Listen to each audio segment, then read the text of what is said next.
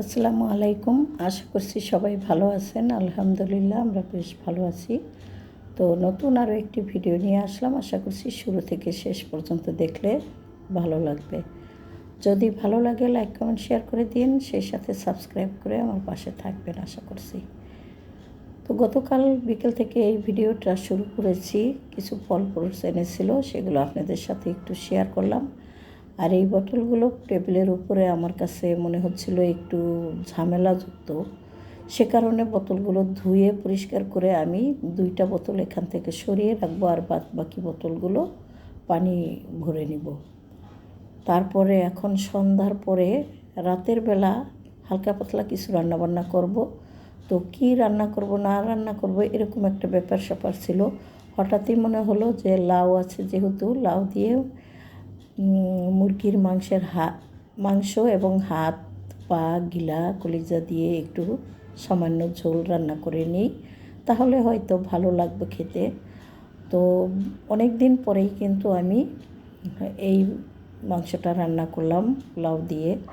তবে অনেক আগে আমার দিদি বা দাদাদের দেখতাম এই সুন্দর করে এইভাবে মাংসটা রান্না করতো লাউ দিয়ে, তখন খেতে ভীষণ ভালোই লাগতো।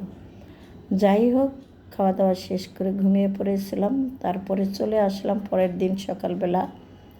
ঘুম থেকে উঠেই আগে নাস্তা তৈরি করে নিলাম, কেননা আজকে অনেক কাজ করব।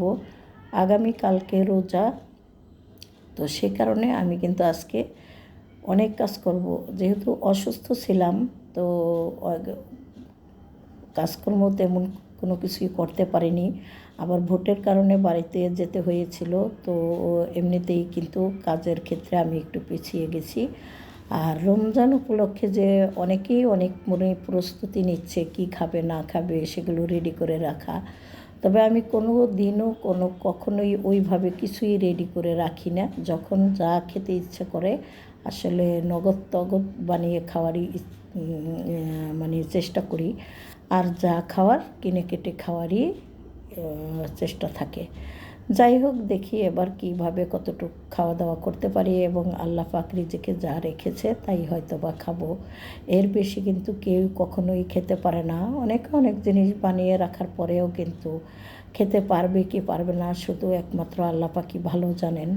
যাই হোক, আশা তো করতে বাধা নেই, আশাই তো দুনিয়া।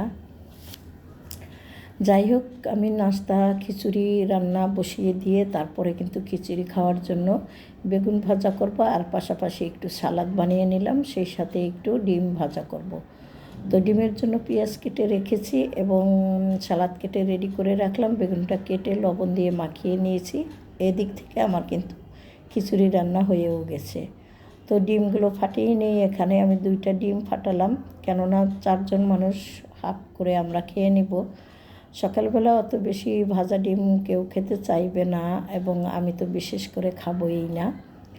যাই হোক, এখানে আমি 2টা ডিম ভাজা করে নিলাম, আর সালাদ বানিয়ে টেবিলের উপরে রেখে দিয়ে এসেছি।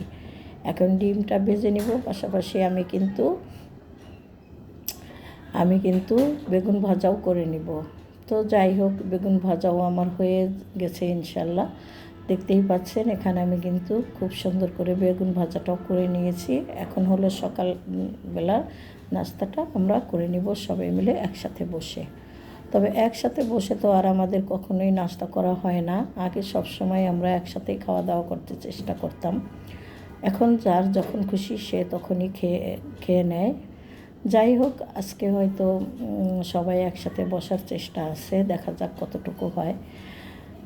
এই তো দেখতেই পাচ্ছেন আমি কিন্তু সব কিছু সুন্দরভাবে ডাইনিংয়ে নিয়ে এসেছি এবং প্লেটে সবাইকে বেড়ে দিলাম।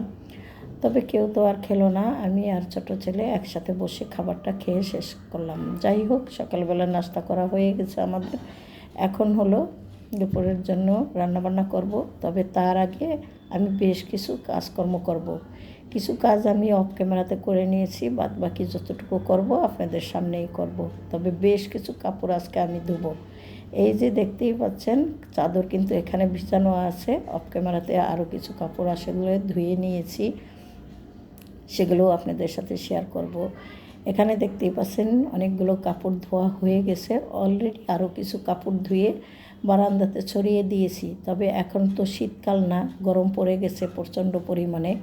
দিনের বেলা যদি 2বার থেকে 3বার কাপড় ধুয়ে দিয়ে দিই তাহলেও কিন্তু শুকিয়ে যায়। তবে আমি এই কাপড়গুলো শুকিয়ে গেলে তারপরে আমি বাদবাকি কাপড়গুলো ছড়িয়ে দেব।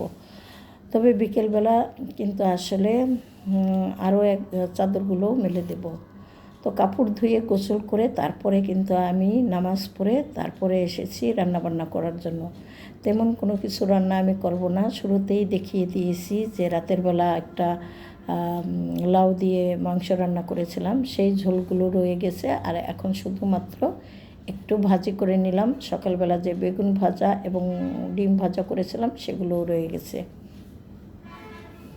আসলে আমাদের ঘরে তেমনভাবে এখন কোনো খাওয়া দাওয়া হয় না, কেননা কেউ আসলে বাসায় ঠিকঠাক মতো খাওয়া দাওয়া করছেও না। যার যখন খুশি করে আর যখন ইচ্ছা বাহিরে করে। তো যাই হোক, সেই হিসেবে রান্নাবান্নারও তো কোনো ঝামেলা বা কোনো প্যারা থাকে না।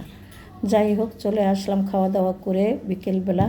তো দুপুরে যখন বাসায় এসেছে, আসার সময় কিছু বাজার এনেছে। বাজার বলতে ওই দুধ আর সেই সাথে 3 রকমের খেজুর এনেছে।